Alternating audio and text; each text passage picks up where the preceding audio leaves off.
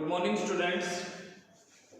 Class 11 chapter हमारा है locomotion and movement. इसमें बेटा हमने टाइप्स ऑफ मूवमेंट्स के बारे में पढ़ लिया था, जो अमीबॉइड मूवमेंट है, सिलियरी मूवमेंट है, फ्लैजिलर मूवमेंट है, इन सब के बारे में हमने स्टडी कर लिया था। नेक्स्ट हमारा जो टॉपिक आता है वो है लोकोमोशन इन ह्यूमंस। ह्यूमंस के अंदर लोकोमोशन जो है या मूवमेंट जो है हम कह सकते हैं किस तरीके से होता है from one place to another.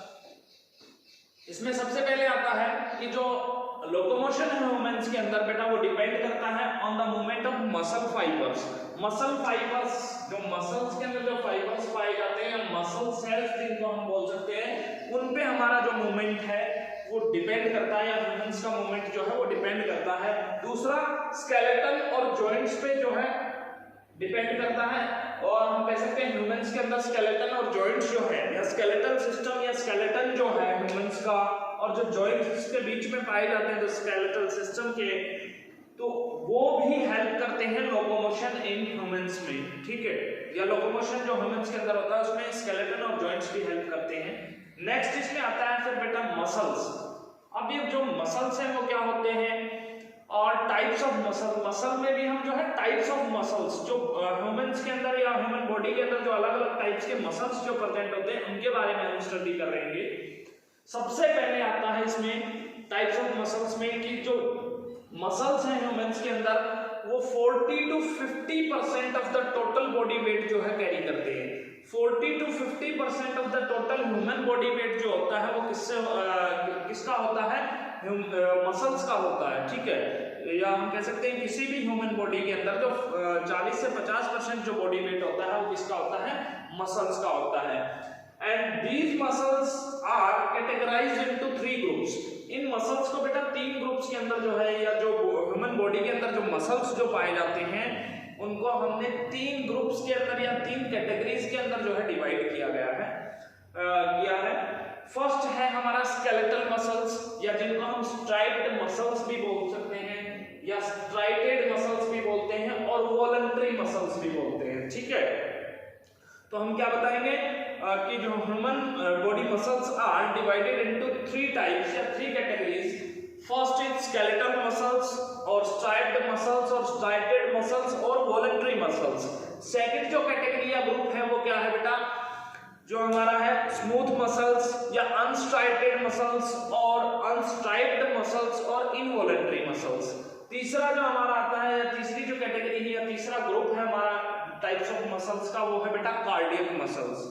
तो सबसे पहले हम इसमें स्टार्ट करेंगे स्केलेटल, स्ट्राइप्ड, स्ट्राइटेड और इनवॉलंटरी मसल्स के बारे में।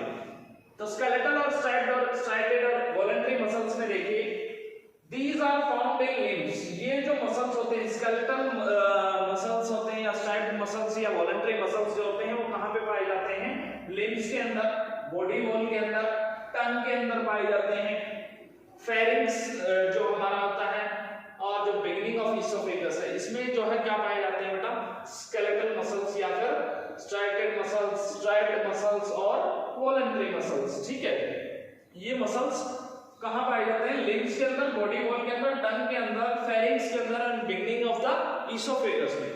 These are under the control of animals will. जो एनिमल जो होता है उसकी विल के कंट्रोल में रहते हैं, इसीलिए इनको क्या कहा गया है, वॉलंटरी मसल्स कहा गया है। ठीक है, एनिमल की विल के कंट्रोल में रहते हैं, या हम कह सकते हैं जो एनिमल जो होता है उसकी जो इच्छा होती है, जैसा वो चाहता है उसी के कंट्रोल के अकॉर्डिंग ये जो है वर्क करते हैं, इसलिए इनको वॉलंटरी मसल्स कहा गया है। नेक्स्ट इसमें बताया गया है, these are normally attached to skeleton.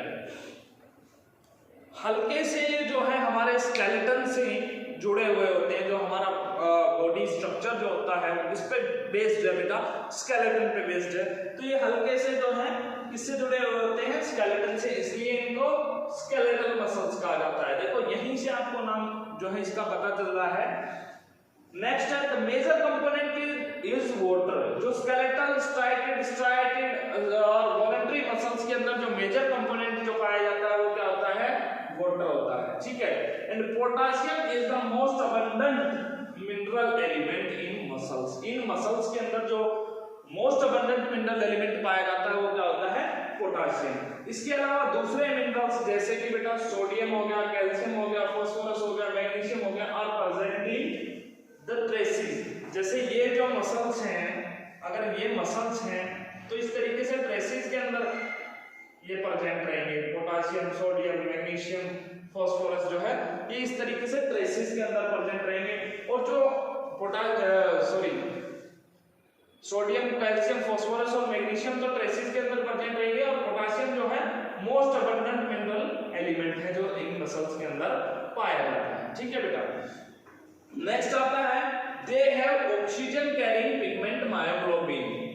In muscles के अंदर जो है क्या होता है, ऑक्सीजन कैरिंग पिगमेंट पाया जाता है, जिसको हम क्या बोलते हैं, मायोग्लोबिन बोलते हैं या फिर मसल हीमोग्लोबिन बोलते हैं, मसल हीमोग्लोबिन। ठीक है, तो इन मसल्स के अंदर बेटा ऑक्सीजन कैरिंग पिगमेंट मायोग्लोबिन या मसल हीमोग्लोबिन पाया जाता है। They also contain ATP. इनके अंदर एटीपी जो है एनर्जी की फॉर्म जो है एटीपी की फॉर्म में स्टोर्ड रहती है, क्रिएटिन होता है, यूरिया होता है, एक्सेट्रा। ठीक है, तो इनके अंदर जो है बेटा और क्या मिलता है, एटीपी भी पाई जाती है, क्रिएटिन और यूरिया एक्सेट्रा जो है इनके अंदर स्केलेटल मसल्स के अंदर जो है पाए जाते हैं। तो ये था स्केलेटल मसल्स के बारे में, स्केलेटल, स्ट्राइटेड और वॉलंटरी मसल्स के बारे में। नेक्स्ट हमारा आता है जो नेक्स्ट कैटेगरी या ग्रुप है स्मूथ मसल्स, या जिनको अनस्ट्राइप्ड मसल्स, अनस्ट्राइटेड मसल्स या इनवॉलंटरी मसल्स बोला जाता है। तो अनस्ट्राइटेड या स्मूथ मसल्स या इनवॉलंटरी मसल्स का बारे में देखिए, these are found in posterior part of oesophagus. Posterior part जो अंदर वाला जो पार्ट होता है इसोफेगस का, और नीचे वाला जो हिस्सा होता है वहां पे ये मसल्स पाए जाते हैं, स्टमक के अंदर पाए जाते हैं। जैसा नाम है स्मूथ मसल्स है बेटा, अंदर इंटरनल ऑर्गन्स के अंदर पाए जाएंगे, इंटेस्टाइन के अंदर, जैसे लंग्स के अंदर, यूरिनरी ब्लैडर के अंदर, ब्लड वेसल्स के अंदर, मसल्स ऑफ हेयर्स के अंदर ये जो है स्मूथ मसल्स या अनस्ट्राइटेड मसल्स या इनवॉलंटरी मसल्स पाए जाते हैं। दूसरी चीज, these are never connect with skeleton. ये जो है कभी भी जो है स्केलेटन से कनेक्टेड नहीं रहते हैं या नहीं पाए जाते हैं। Action of these muscles is controlled bye ANS. In muscles का जो एक्शन है कि किस तरीके से ये जो है अपना रिएक्शन या एक्शन जो है परफॉर्म करेंगे, वो किसके कंट्रोल में रहता है, एएनएस। एएनएस का मतलब ऑटोनोमिक नर्वस सिस्टम के कंट्रोल में रहता है। तो action of these muscles is controlled by autonomic nervous system and hence they are not under the control of animals will. और इसीलिए क्योंकि ऑटोनोमिक नर्वस सिस्टम के अंडर कंट्रोल में रहता है इनका जो एक्शन है, तो इसलिए जो है ये एनिमल्स विल के कंट्रोल में नहीं होते हैं, और इसीलिए इनको इनवॉलंटरी मसल्स भी कहा जाता है। ठीक है बेटा, फिर रिपीट कर देता हूं, स्मूथ और अनस्ट्राइटेड और जो इनवॉलंटरी मसल्स हैं ये posterior part of oesophagus, stomach, intestine, lungs, urinary bladder, blood vessels, muscles of hair यहां पे पाए जाते हैं। ये जो है कभी भी कनेक्ट नहीं करते हैं स्केलेटन से। दूसरी चीज, these are under the control of ANS, autonomic nervous system, and hence they are not under control of animals will। तो ये जो है एनिमल के विल के अंडर कंट्रोल नहीं होते हैं। ये था बेटा सेकंड टाइप ऑफ मसल जो स्मूथ और अनस्ट्राइटेड और अनस्ट्राइप्ड और इनवॉलंटरी मसल्स था। थर्ड हमारा आता है कार्डियक मसल्स। कार्डियक मसल्स की बात करें तो ये जो है बेटा, जैसा नाम है कार्डियक, इसको बोलते हैं हार्ट को बोलते हैं। तो ये मसल्स कहां पे पाए जाएंगे, these are found in wall of heart and in wall of large veins.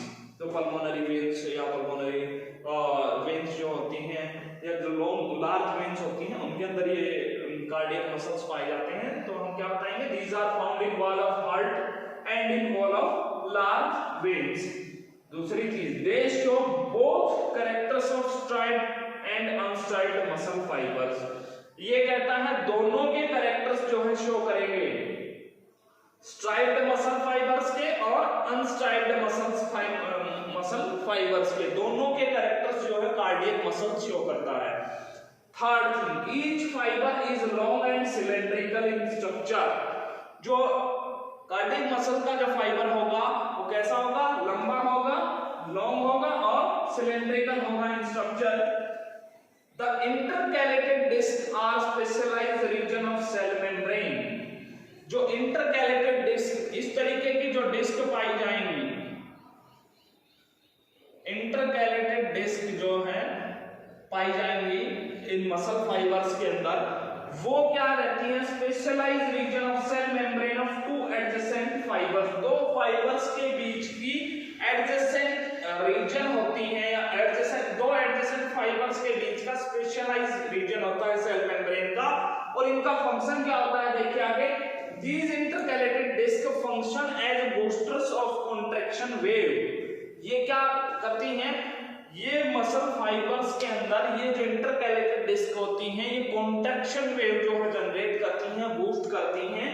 And these contraction waves can be transmitted from one cardiac fiber to another। और यही जो कॉन्ट्रैक्शन वेव जो जनरेट होती हैं एडजेसेंट फाइबर्स के बीच में, वो क्या करेंगी, ये कॉन्ट्रैक्शन वेव जो है वो ट्रांसमिट करेंगे या ट्रांसफर करेंगे from one cardiac fibre to another fibre. तो ये था बेटा टाइप्स ऑफ मसल्स के बारे में। कल हम जो है इनका इंटरनल स्ट्रक्चर, स्केलेटल मसल्स का, स्मूथ मसल्स का, कार्डियक मसल्स का, इनके जो इंटरनल स्ट्रक्चर है मसल्स का, उसके बारे में पढ़ेंगे। आज के लिए इतना ही। Thank you and have a nice day.